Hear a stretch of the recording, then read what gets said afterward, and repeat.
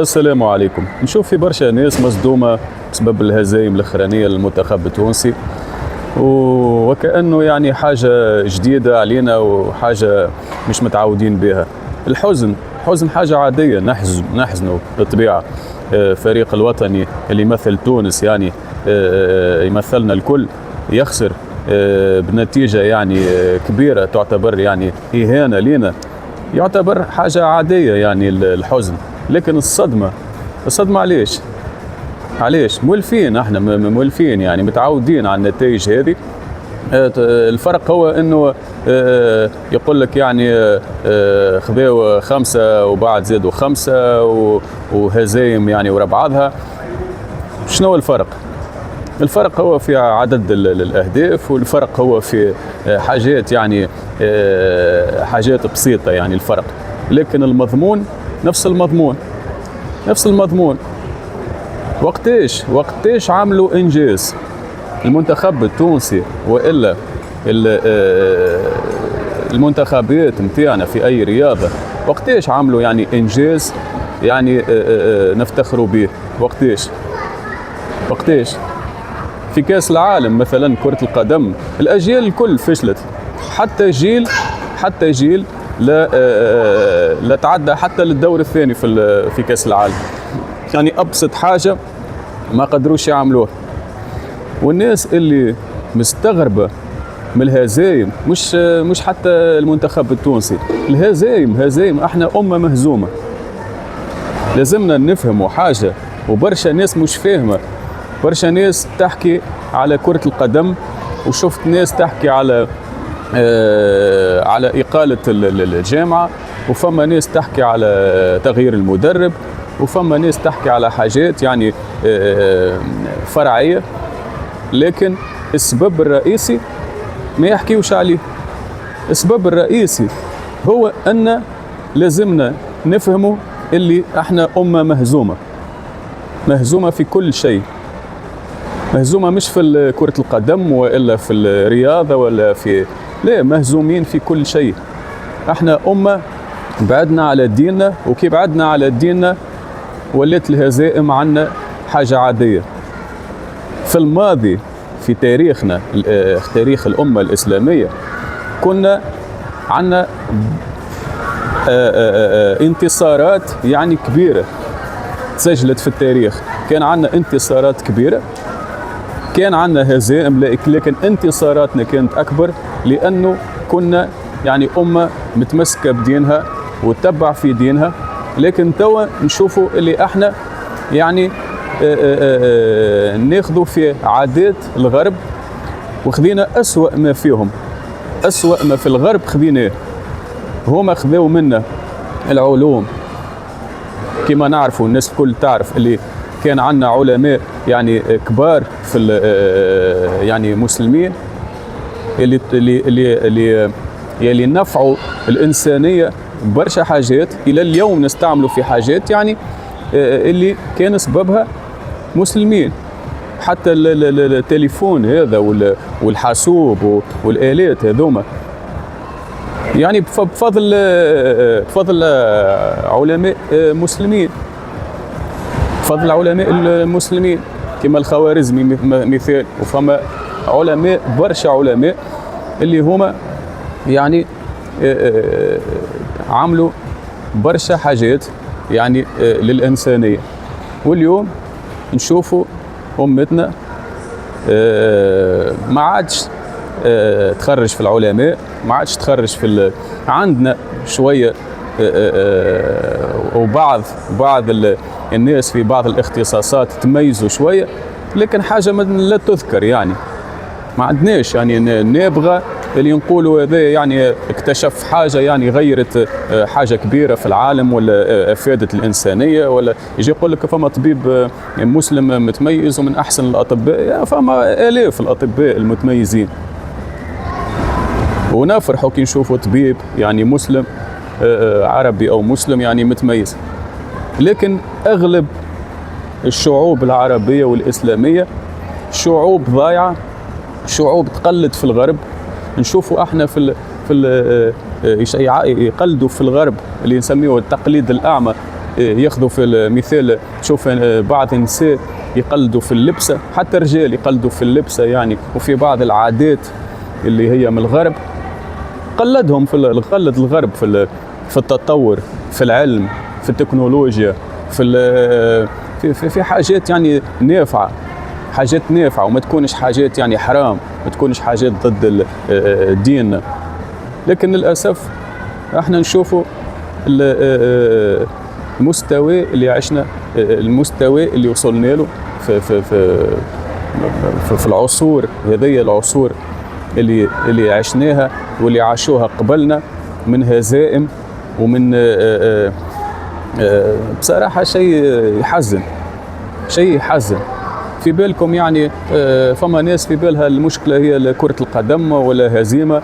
الهزائم هذه حاجة عادية، حاجة عادية. ونرجعوا يعني لحكاية كرة القدم. احنا في تونس للأسف مثال، تشوف برشا ناس حتى في التعليقات، نشوف برشا ناس ما عندهمش وطنية، ما عندهمش إحساس بالوطن، ما عندهمش يعني فما الناس تحب بلادها، وناس يعني ضحات بحياتها على خاطر بلادنا، على خاطر تونس.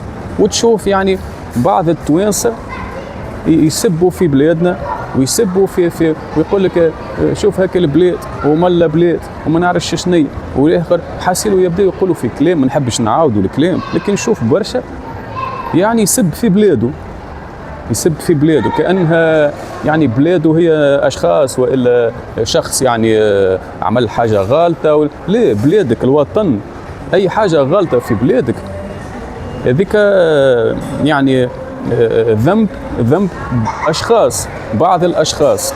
لكن أنت تجي تسب بلادك، تقول تونس كذا وتونس كذا وتونس كذا، هذا التعليقات هذه والكلام هذا اللي نشوفوا فيه يعني يعبر على قلة الوطنية متاع الناس هذوما، قلة إحساسهم بالوطن متاعهم، ما يحبوش بلادهم. حاجة أخرى، الفريق الوطني اللي نشوفوا فيه يلعب، نشوفوا فيه يلعب بلاش روح. فما ناس في بالهم مشكلة الفريق الوطني، في بالهم مشكلة الفريق الوطني يعني المدرب ولا الجامعة وإلا حاجات أخرى. فما ناس حتى تقول الحكومة، لا، فما حاجات هي ذنب الحكومة، فما حاجات ذنب الجامعة، فما حاجات وأكيد المدرب يعني. لكن الروح والوطنية هي حاجة أساسية لازم تكون في اللاعبين. اللاعبين يلزمهم يمشيوا للمباراة يحسوا انهم باش يكونوا جنود يدافعوا على بلادهم، على راية بلادهم، باش يشرفوا بلادهم. كرة القدم مش كل شيء، كرة القدم مش كل شيء في الدنيا. لكن للأسف نشوفوا اللي العالم الكل يعطي قيمة كبيرة لكرة القدم، يحترموا البلاد اللي كرة القدم متاعها يعني ناجحة في كرة القدم أو ناجحة في بعض الرياضات. للأسف عملوا يعني غسيل مخ للناس، خلوهم يشوفوا كرة القدم كل شيء، وأهم حاجة في أي بلاد كرة القدم. والبلاد اللي ما عندهاش كرة القدم مش ناجحة في كرة القدم يقولوا عليها شكون هيك البلاد هيك، بلاد ضعيفة، بلاد ضعيفة، يسميوها بلاد ضعيفة. ويقولوا عليها أي بلاد تكون فاشلة في كرة القدم يقولوا عليها كلام ويسبوها وما يحكيوش عليها. كما لهنا في البرازيل كي لعبت تونس مع البرازيل وتعادلت، البرازيليين لهنا كلهم غاضبين، كلهم متغشين، وقال لك شكوني تونس باش تتعادل معنا، شكوني تونس. عملت انا فيديو باللغه البرتغاليه وجاوبت الناس اللي يتكلموا على تونس بالطريقه هذه، يقول لك شكوني تونس، فهمتني؟ يعني قله احترام للبلدان بسبب كرة القدم. ونرجع لحكاية الفريق الوطني، الروح القتالية، الروح لازمك تعطي ما عندك. أنا شفت يعني بصراحة ما نجمتش نتفرج فيه، يعني المباراة متاع اليابان وتونس ما نجمتش نتفرج فيها من الأول، بديت نشوف يعني من الأول وقبلنا الهدف الاول يعني يعني حسيت شفت اللاعبين يعني الطريقه نتاعهم، فهمت؟ يعني مستسلمين، فريق وطني مستسلم، لاعبين مستسلمين ما يحاربوش تعرف. في نفس الوقت تشوف الفريق الياباني يعني حاطط كل قوته يحارب، كأنه في حرب. حسيتهم كي تشوفهم يلعب تحسهم كأنهم هما أكثر منا، تحسهم مسيطرين على الملعب الكل، تحسوا الملعب الكل أزرق، عرفت؟ وإحنا كأن أقل منهم.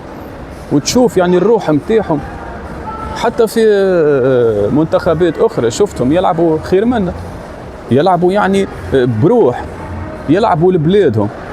احنا للأسف عندنا لاعبين ما عندهمش وطنية، ما عندهمش إحساس بالوطن. كان فما بعض اللاعبين اللي هم شفتهم يلعبوا يعني بروح قوية، ويلعبوا يدافعوا على المنتخب، ويدافعوا على تونس، شفتهم يعني. فما بعض اللاعبين ما نسميش اسماء، لكن شفت بعض اللاعبين يعني تشوفهم يتحول في الملعب وحش. لكن فما بعض اللاعبين، مثال فما موضوع اللاعبين اللي يجيبوهم يعني اللي عندهم جنسيات اخرى. واحد يعني انا مش ضد، هو واحد يعني عنده اصول تونسيه وعنده جنسيه تونسيه، اكيد تونسي كيفنا يعني، ما عندي ما نقول يعني. لكن فما للاسف فما بعض التوانسه اللي عندهم جنسيات اخرى واللي تولدوا في بلدان اخرى وعاشوا في بلدان اخرى، مش متعودين على حب البلاد، مش متعودين على تونس. هما عاشوا في بلاد اخرى، فما اللي تولدوا لبرا، فما اللي عاشوا لبرا يعني، وتحسهم يعني يجيوا للمنتخب لانه المنتخب نتاع بلادهم اللي عندهم الجنسيه المقيمين فيها يعني ما اختارهمش، منتخب نتاعهم ما استدعاهمش، يوليوا يقبلوا بتونس على اساس يعني حاجه يعني مضطرين. اللي يحب يجي ولا لازم المدرب والجامعه والكل لازم يجيبوا. ما تجيب ليش واحد يعني خاطره محترف ولا خاطره من بلاد اوروبيه، تجيبه وتقول خاطر يلعب، خاطره مولود في بلاد اوروبيه، ولا خاطره عنده جنسيه اوروبيه، ولا يلعب في فريق اوروبي نجيبه للمنتخب. لا، لازمك تجيب ناس عندها روح، ناس تدافع على البلاد، ناس تحب البلاد، ناس تلعب على علم البلاد، تلعب على للبلاد الوطن متاعنا. مش تجيب انت واحد يعني ما يهموش في البلاد، يلعب وكاو من غير روح، من غير وطنيه، من غير احساس. اكيد باش تلقى تخاذل، اكيد. فما فرق بين واحد يدخل يعني وكله حب وكله يعني انسان داخل يعني دافع على البلاد، فهمت؟ متحمس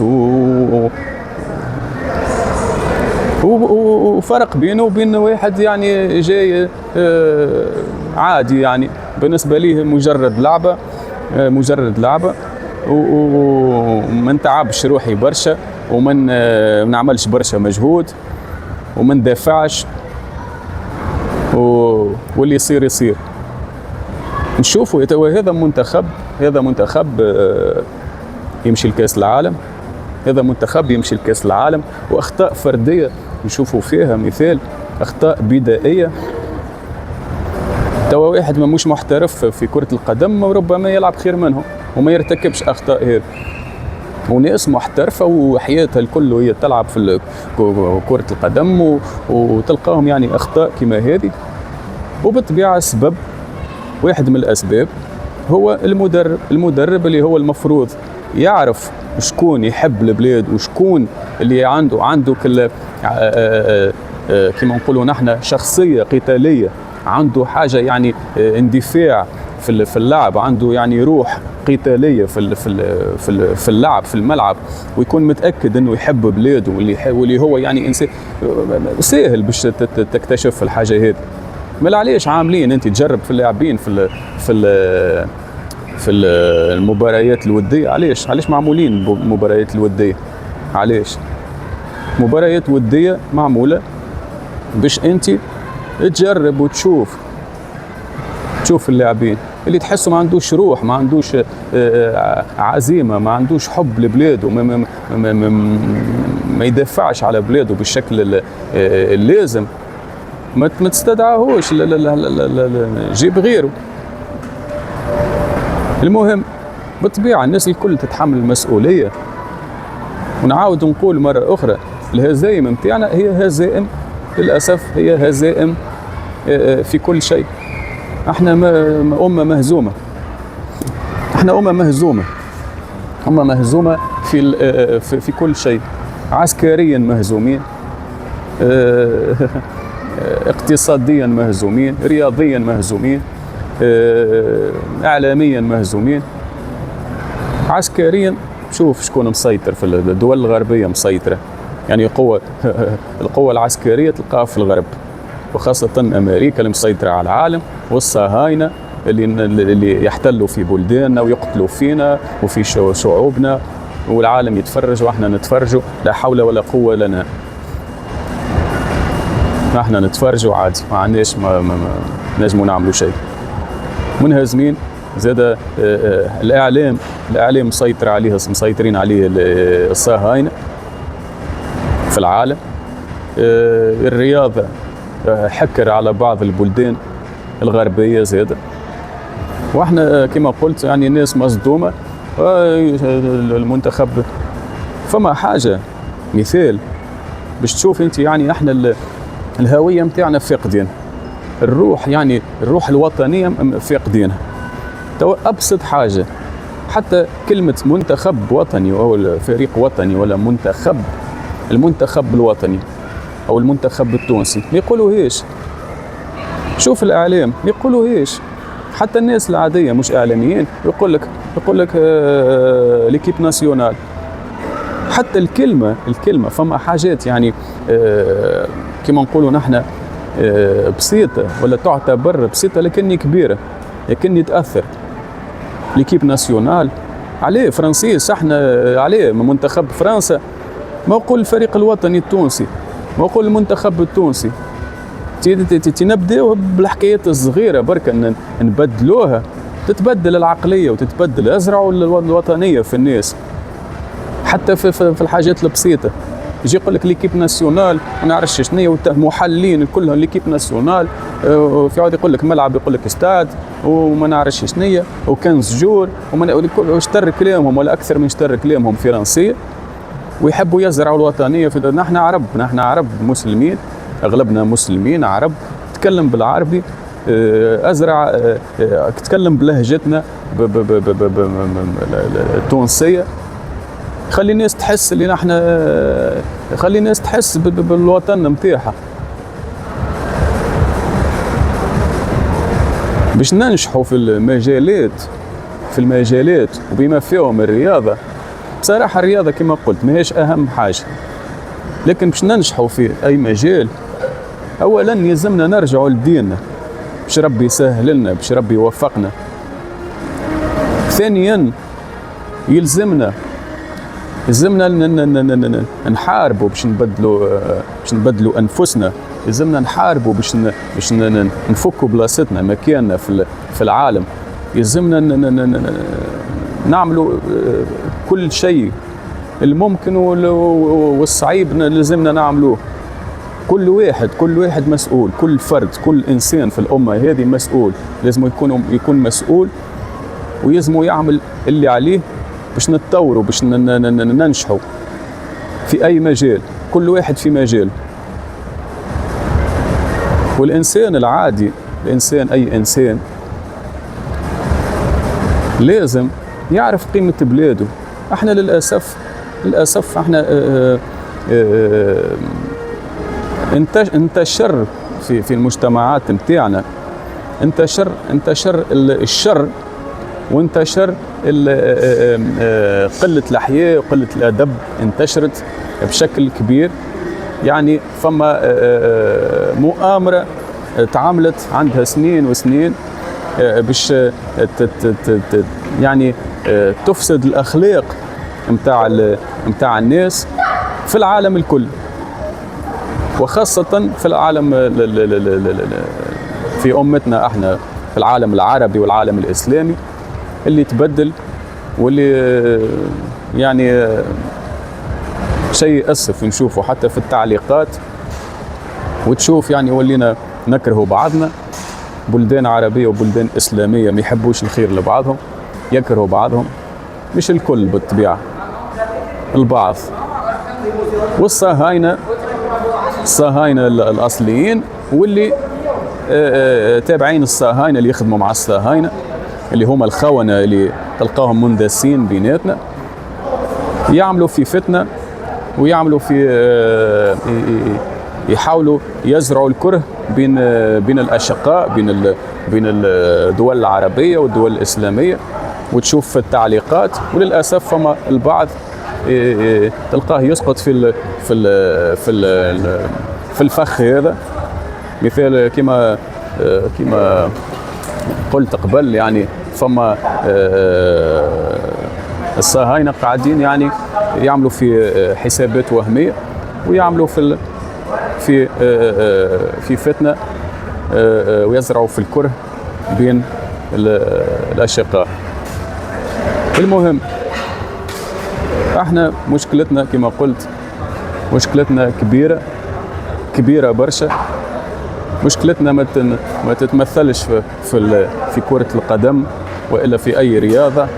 مشكلتنا هي أعمق من هذا الكل. مشكلتنا كبيرة ولازمها حل جذري، لازمنا حلول جذرية. الحكايات هذوما اللي الترقيع هذايا نجيبوا يقول لك ليه نبدل مدرب ونبدل جامعة ونبدل ليه بدل؟ لازمك تبدل الشعب، لازمك تبدل الشعب.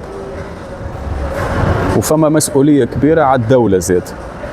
الدولة عندها مسؤولية كبيرة باش تزرع الوعي في الشعب، باش تصلح الشيء اللي فسدوه، لازم يتصلح. لازمك تربي الشعب. ما نعرفش، بشوفوا طريقة باش تربيوا بها الشعب، ترجعوا الأخلاق، ترجعوا الاحترام بين الناس، تخليوا الناس تحب. حتى في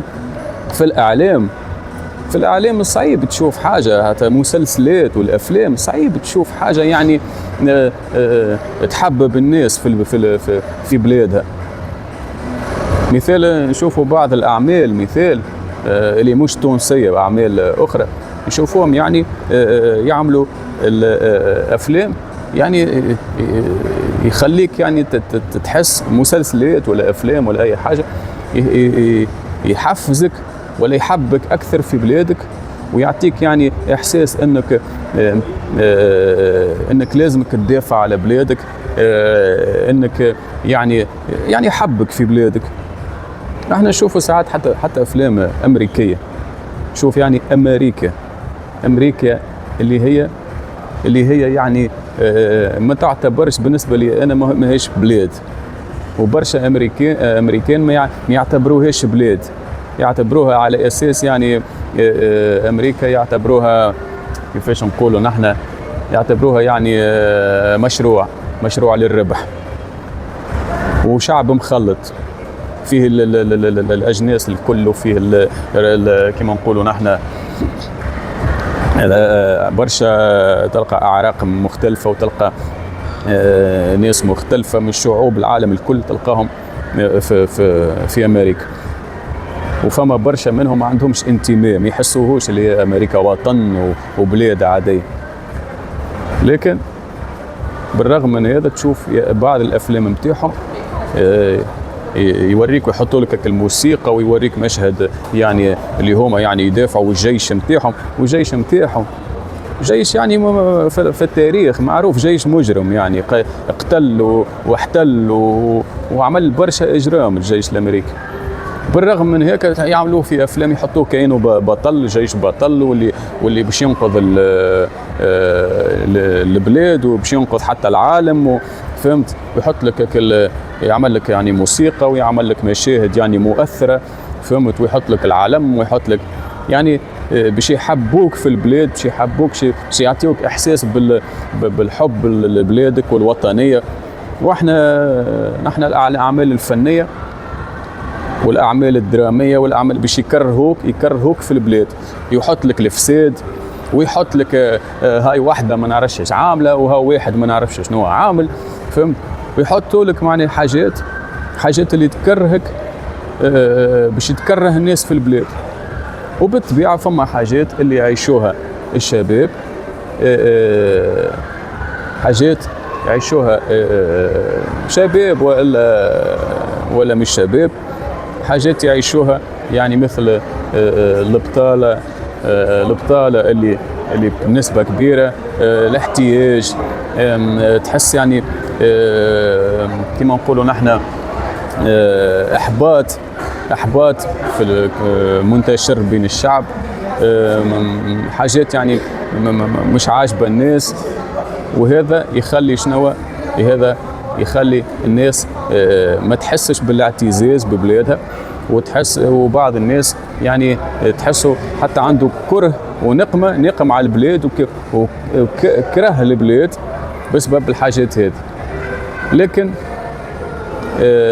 ما فماش مبرر يخليك تكره بلادك. بالنسبة حسب رأيي أنا ما فماش مبرر يخليك تكره بلادك مهما يصير في بلادك لازمك تحب بلادك وتدافع على بلادك وتحبها يعني أكثر من روحك، لأن بلادنا مش احنا، مش أنا وانتي، بلادنا مش أشخاص، بلادنا احنا الكلنا، احنا الناس كما نقولوا نحن الشهداء الله يرحمهم ان شاء الله في الجنه، شهداء تونس اللي دافعوا على بلادنا وماتوا لاجل بلادنا، ما استنفعوش هما، يعني هما ماتوا استشهدوا والبلاد قعدت، يعني البلاد مستمره وجات اجيال واجيال واجيال، والحريه يعني والاستقلال والحريه اللي جاوا يعني بفضل ربي قبل كل شيء، وبفضل الشهداء وبفضل الناس اللي ناضلت والناس اللي دافعت على البلاد والناس اللي واجهت الاحتلال. ما استفادوش، هما عملوا اللي عليهم باش تونس تكون حرة، باش تونس باش الشعب يكون حر وعنده كرامة ويعيش بكرامته ويعيش حر، فهمت؟ توا نحن بلاد مستقلة، لكن فما حاجات يعني فما حاجات غالطة قاعدة تصير، فما أخطاء، فما مشاكل، فما بعض أحيانا مصائب، فما فساد، فما برشا حاجات خايبة. لكن هذا ما يمنعش ولا ما يخليناش نحكيو بالخايب على بلادنا ونكرهوا بلادنا ونتخلوا على بلادنا. احنا لازمنا ندافعوا على بلادنا، ولازمنا ديما مع بلادنا، وديما يكون عندنا امل باش تتغير الظروف، ولازمنا نحسن شكون باش يبدلها الظروف هذه، شكون باش يبدل الحاجات الخايبه والحاجات السلبيه اللي في بلادنا، شكون باش يبدل؟ ما هو احنا الشعب. كان كل واحد يقعد يسب في البلاد ويقول لك كمال بلاد وبلاد كذا ونحب نخرج من البلاد ونحب وكرهت البلاد، كان كل واحد يقول هكا، شنو باش يصير في بلادنا؟ احنا حتى بلادنا حتى نخرجوا منها ونسافروا ونعيشوا في بلاد اخرى، لكن بلادنا تبقى بلادنا، حبنا لبلادنا ما يتغيرش، احساسنا ببلادنا ما يتغيرش. بالعكس كان تعيش لبرا تعرف اكثر قيمه بلادك وتحس اكثر بلادك، واللي يحب يخرج من تونس ولا من بلاده حب اخرج باش تنفع نفسك ولا تنفع بلادك، لكن ما تسبش بلادك، ما تغلطش في بلادك، ما تقولش الكلام اللي نشوفوه ساعات بعض الناس يقولوا فيه. انا بصراحه الكلام اللي نشوفه من بعض الناس كلام سلبي، وكلام يعبر على قلة الوطنية متاعهم، يعبر ويثبت اللي هما ما يحبوش بلادهم. حب بلادك، عندك الحق باش تنقد، لكن ما تنقدش تونس، ما تقولش تونس كذا وتونس، لا مش تونس. انقد مثال تشوف رئيس عمل حاجه غلطه، ولا وزير ما قامش بواجبه ولا عمل حاجه غلطه، والا مسؤول ولا اي واحد يعني عمل حاجه غلطه، انقد. لكن ما تقولش ملا بلاد وشوف تونس وتونس كذا وتقعد تسب في تونس لا، تونس مش اشخاص. الاشخاص اللي عملوا حاجات غلطه ما يمثلوش تونس، يمثلوا انفسهم. وباش تتقدم البلاد وباش تتحسن البلاد لازمنا اول حاجه نحطوا الناس يعني الناس المناسبه في الاماكن المناسبه، الناس اللي احنا نكونوا متاكدين اللي هما يعني ناس شرفاء، ناس تحب البلاد، ناس يعني توليت منصب معين مثال باش تخدم البلاد، باش تساعد البلاد، باش تعمل حاجه للبلاد. لكن نحطوا بعض الناس يعني الخونة اللي ما يحبوش البلاد، الناس اللي تسرق البلاد، اللي تستغل مناصب، الناس اللي يعني ما عندهمش وطنية، ما عندهمش حتى شيء، يبيعوا البلاد. بالطبيعة البلاد ما تحسنش. يعني مسؤولية الشعب الكل، مسؤوليتنا احنا الكل. المهم احنا كما قلت المشكلة مش مباراة، احنا نحزن على المباراة لأنها يعني كما نقولوا نحسوها فضيحة قدام العالم. ملايين الناس ولا مليارات يتفرجوا في ويشوفوا يعني الهزيمة بطريقة هيك. لكن العالم زاد شاف برشا هزائم لأمتنا في برشا حاجات. حتى مثل ناس تخمم في الهزيمة، والناس تقول لك فضحونا في كرة القدم، يقول لك فضحونا صحيح، فضحونا.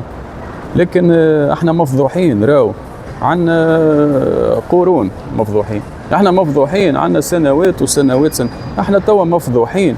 الناس يشوفونا يقولوا لنا اخواتكم قاعدين يتقتلوا في فلسطين، في لبنان، في سوريا، في اماكن اخرى، حتى في حتى ايران يعتبروا اخواتنا المسلمين،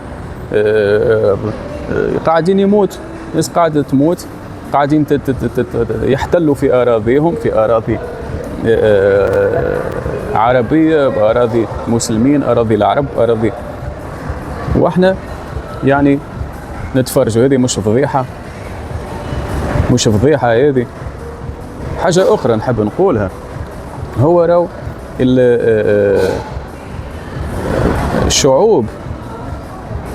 الشعوب العربية مشكلتها سبب هزيمتها وسبب يعني المشاكل وسبب يعني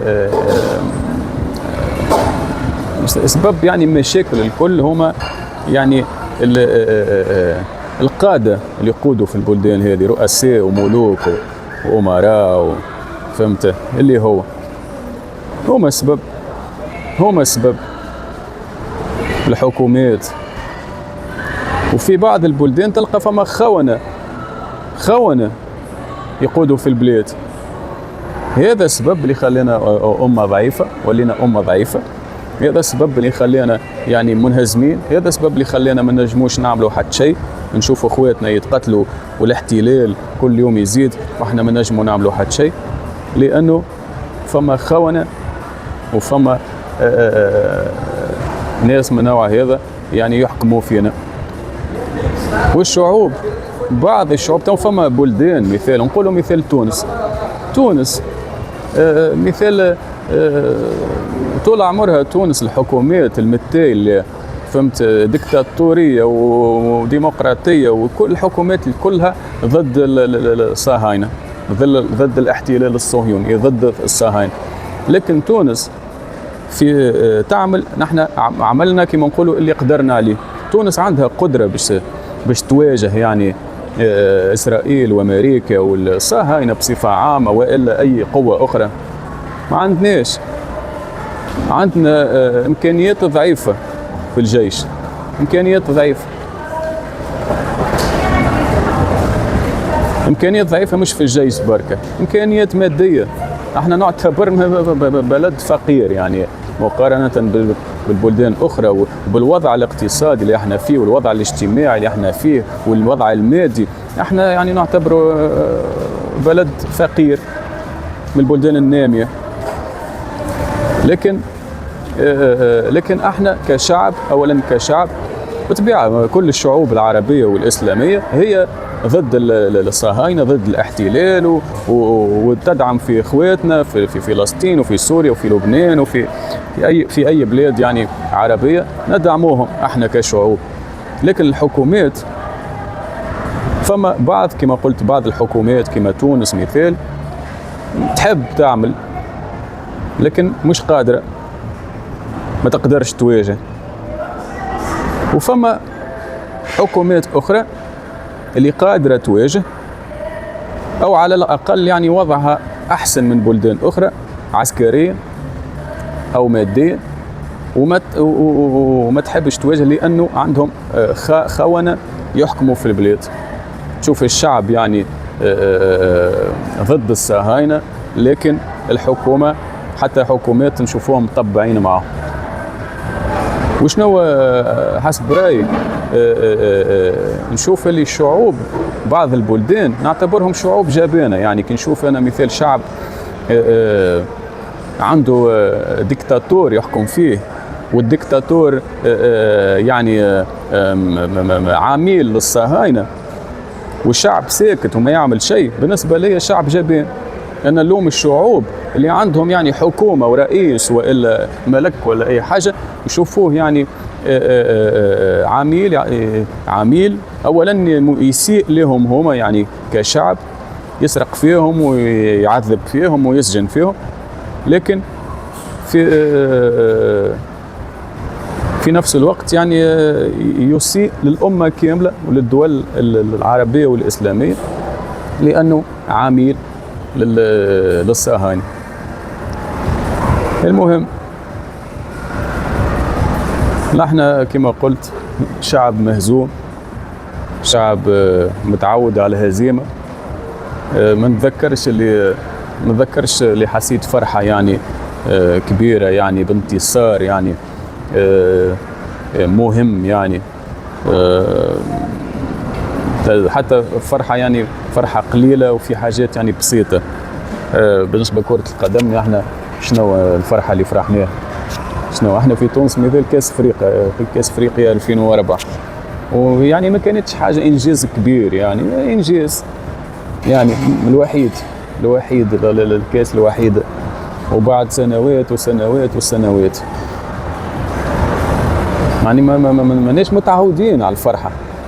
وفي كاس العالم ما عمرنا ما فرحنا في كاس العالم، وهو يقعدوا يحكيوا في فما حاجات عادية تعتبر يعملوا لها حكاية ورواية. مثال يقول لك تونس أول بلد عربي وافريقي يفوز في كاس العالم، هذا تعتبروه إنجاز؟ أول فريق يفوز؟ كان جات أول فريق يفوز، أول منتخب يفوز بكاس العالم مثال نقعدوا نحكيوا عليه حياتنا الكل. هما البرازيليين عندهم 5 كؤوس عالم، 5، ومش عاجبهم، ويبداوا يسبوا في المنتخب نتاعهم كي يشوفوه يعني ملعبش بالكدا، ما قدمش مستوى يليق بهم، يبداوا يسبوا فيه، يحبوا على السادس. كل مرة تجي كاس العالم يقول لك توا باش ناخذوا السادس، فهمت؟ وعندهم 5 كؤوس، واحنا في تونس حياتنا كاملة نحكيو على أول انتصار للعرب في كاس العالم، وأول انتصار افريقي في كاس العالم، وربح المكسيك. ملا إنجاز يا خويا، ما يسالش، الحمد لله اللي ربحنا وعنا، لكن ما هوش إنجاز، مش إنجاز. لا ويجي واحد مثل تشوف توا تشوف مثال بعض اللاعبين تشوف بعض اللاعبين القدم مثال ينقد في اللاعبين في المنتخبات اللي بعده، ينقد فيهم. واحنا قبل كنا، واحنا شكونتوا وين قبل، وين واحنا ومنتخب قبل كنا كذا وكنا كذا. يا ودي كلكم فاشلين، الكلكم فاشلين. المنتخبات التونسية كلها فشلت. كلكم خرجتوا من الدور الأول في كأس العالم، كلكم فشلتوا. منتخبات يزينا بالحكاية. احنا قبل كنا وقبل ما كنتوش. ربما فما جيل يعني أتعس منكم، فما جيل يعني أسوأ من جيل. ربما منتخب أسوأ من منتخب، لكن الكلكم يعني كلكم ما كومش حاجة باهية، يعني ما عملتوش حاجة باهية. كل كاس عالم يمشيوا له يعني هزايم يعني ويخرجوا من الدور الأول، يلعبوا 3 مباريات ويروحوا. فهمت؟ كاس افريقيا زاده مانيش محظوظين فيها. فهمت؟ انا بصراحه يعني حتى مثال، حتى اشقائنا نفس الحكايه يعني. الامه كما قلت، الامه كلها يعني امه مهزومه.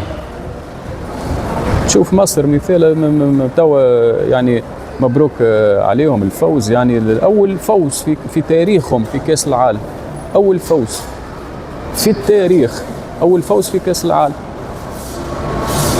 يعني يعني تشوف وسائل الإعلام وإنجاز مبروك ونفرحوا لهم وكذا، لكن الحال هو نفس الحال.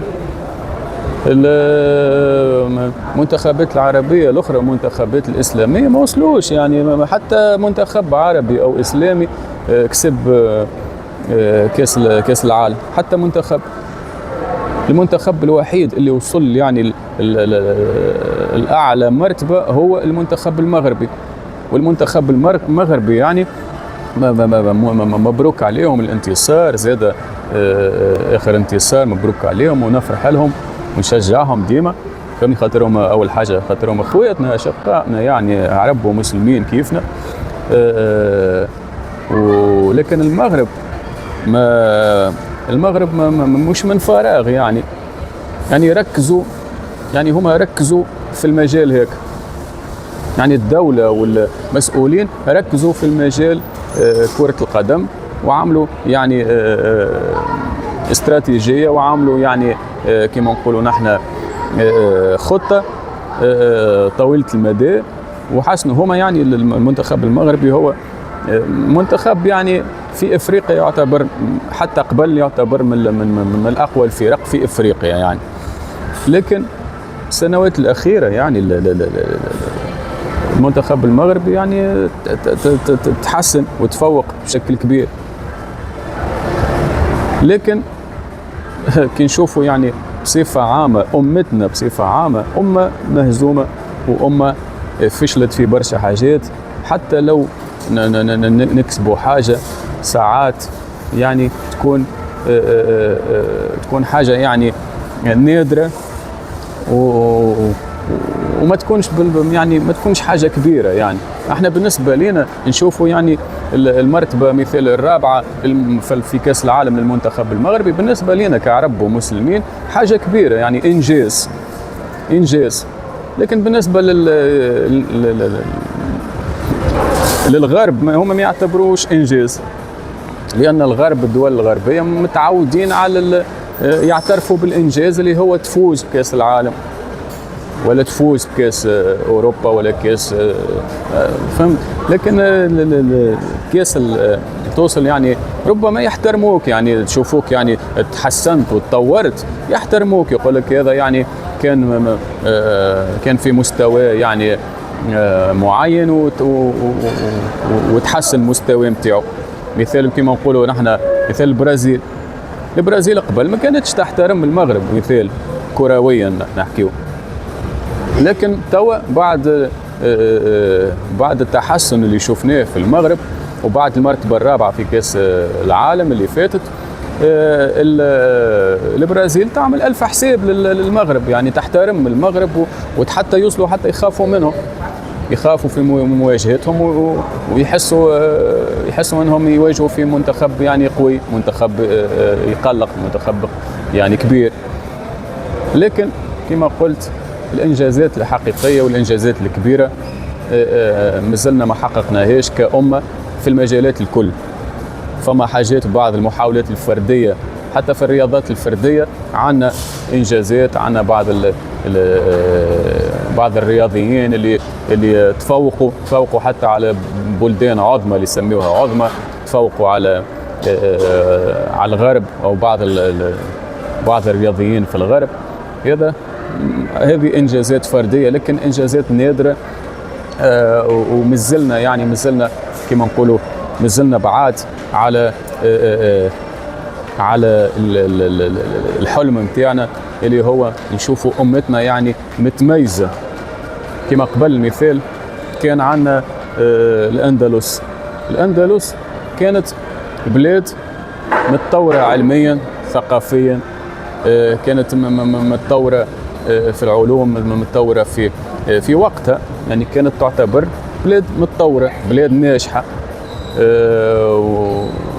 وفي النجاح هذاك، في النجاح وفي التطور وفي النعيم اللي كانوا عايشين فيه المسلمين في وقتها، بدأت الدنيا تاخذهم، وبدأت الدنيا تبعدهم على دينهم، ولاو يعني يتبعوا يجريوا وراء المتعة والسهرات والقعدات وليالي الملاح، فهمت.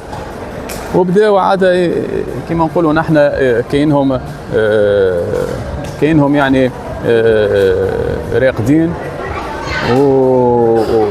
ونساو اللي هما مسلمين، ونساو اللي هما يعني عندهم مهمة في الدنيا، ونساو اللي هما لازمهم يكونوا أقوياء، ونساو اللي هما ربما مهدين. وبدأت من بعد كما نقولوا نحن الحروب ضدهم، وانهزموا وسقطت الأندلس. وهذاك هو يعني نتيجة كما نقولوا نحن نتيجة بعدك على دينك والاستهتار والاستخفاف بحاجات يعني اللي هي حاجات يعني كما نقولوا نحن مهمة في الدنيا.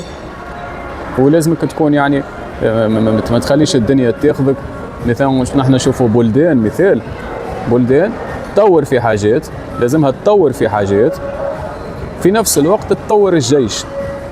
علاش؟ خاطر البلاد لازمها حماية، ومش تطور الجيش برك، لازمك تطور العقول نتاع الناس، لازمك تخلي الناس تعلمهم. التربية والتعليم مهم ياسر في المجتمع، لأنه التربية والتعليم هما اللي يخليوا الإنسان واعي وفاهم ويحب بلاده ويعرف شنو لازم يعمل، ويعرف شنو يعني واجباته وحقوقه. وكي تقوم بواجباتك وتعمل الحاجات الصحيحة قدرة ربي تعرف تدافع على بلادك، وتعرف تكون ناجح في بلادك، وتخلي بلادك تكون من البلدان الناجحة والبلدان المتطورة، وتخلي بلادك محمية. هذا لازم يصير. لكن تفسد الأخلاق، تفسد أخلاق الشعب، والشعب يضيع ويتلهى بالتفاهات ويتلهى بالفساد ويضيع. ومن بعد يكون يعني سهل كل من هب ودب يكون يشوفك يعني ضعيف ويهجم عليك ويحتلك ويقتلك ويعمل اللي يحب عليه. هذاك علاش لازمنا احنا نكون عندنا يعني بلاد شعب قوي وواعي وعنده ايمان بربي ويتبع دينه، ويكون عندنا يعني جيش قوي، ونقويو رواحنا في الاقتصاد، في العلوم، في كل شيء. كي نقويو رواحنا في الحاجات اللي قلت عليهم، كي نبدلوا ونحسنوا رواحنا في الحاجات هذوما، طبيعي باش تلقى انجازات في المجالات الكل، باش تلقى برشا انجازات، وبما فيهم انجاز الرياضي اللي هو باش يكون انعكاس للنجاحات، انعكاس للوضع اللي يتحسن في البلاد في المجالات اخرى، وينعكس ويتحسن زاده في الرياضه. لكن تشوف انت بلاد فاشله اقتصاديا، فاشله اجتماعيا، فاشله عسكريا، فاشله في تربويا في التربيه والتعليم، فاشله في برشا حاجات،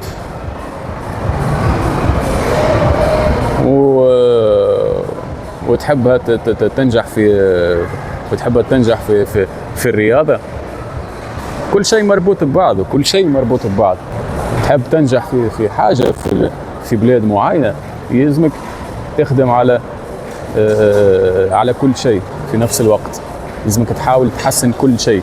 واهم حاجه اللي هي يلزمها تتصلح هي اخلاق الناس والعقول الناس اللي لازم نخدموا عليها، وقلوب الناس.